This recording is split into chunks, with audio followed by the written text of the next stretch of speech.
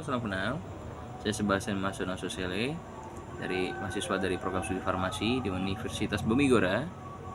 Saya sekarang semester 4 dan saya membuat video ini untuk penilaian akhir di mata kuliah kimia medisinal. Di video ini saya akan membahas tentang antihistamin, turunan phenothiazine dan antagonis H1 generasi kedua. Tapi sebelum masuk kedua materi tersebut, saya mau menjelaskan dulu apa itu histamin. Histamin itu sebenarnya senyawa yang wajar aja atau normal aja ada di tubuh kita. Nah, histamin ini berguna untuk memberitahu kalau ada senyawa-senyawa yang menyebabkan alergi di tubuh kita gitu. Nah, senyawa-senyawa alergen yang masuk ke tubuh kita itu contohnya kayak debu, serbuk, dan juga bisa obat, dan beberapa senyawa-senyawa lainnya. Nah, makanya kenapa beberapa orang itu bisa alergi terhadap obat, contohnya paracetamol atau ibuprofen. Nah, si histamin ini akan berefek kalau dia itu berinteraksi dengan reseptor histaminergic, yaitu H1, H2, H3. Yang kita bahas sekarang itu untuk reseptor histaminergic H1. Nah, kalau histamin berinteraksi dengan reseptor histaminergic H1, dia akan menimbulkan efek kontraksi terhadap otot polos pada usus dan bronki, juga menyebabkan permeabilitas vaskular dan menyebabkan peningkatan sekresi terhadap mukus yang dihubungkan dengan peningkatan cGMP dalam sel. Ini juga menyebabkan adanya vasodilatasi arteri sehingga permeabel terhadap cairan dan plasma protein yang menyebabkan terjadinya pruritik, terus ada juga dermatitis dan urtikaria. Nah, semua ini bisa ditangkal, bisa diobati dengan antagonis H1. Lalu kita masuk ke dua materi tersebut.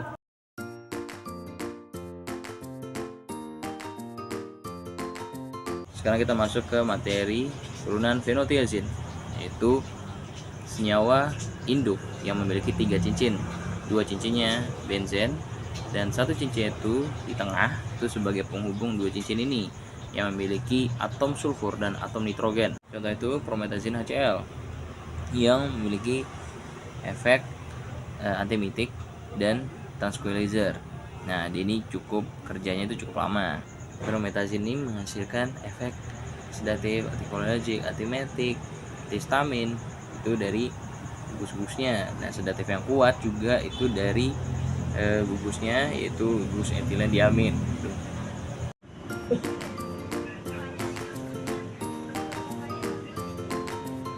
Nah, sekarang kita masuk ke materi kedua, yaitu antagonis H1 generasi kedua.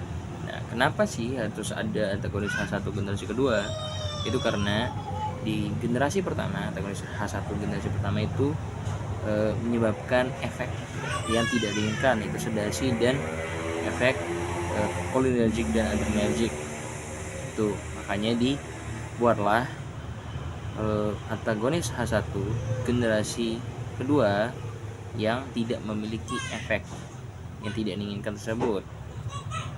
Itu melemahkan atau menghilangkan efek sedatif, senyawa harus memiliki kelarutan yang rendah pada lemak di pH fisiologis itu kisaran 7,35 sampai 7,45. Salah satu contoh senyawa yang memenuhi adalah terfenadin.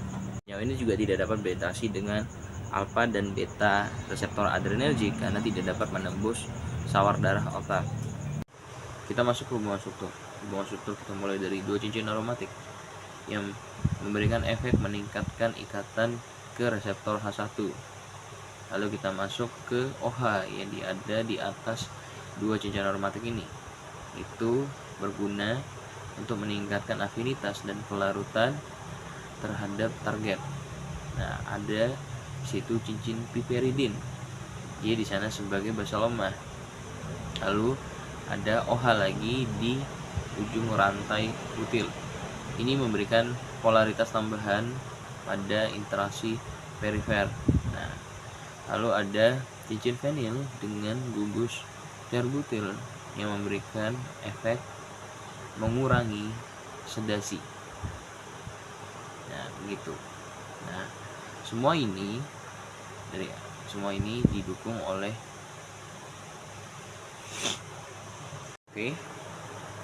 zona-zona yang tertera akan ada di akhir video. Nah, terima kasih sudah menyempatkan waktu dan momen mendengar penjelasan dari saya.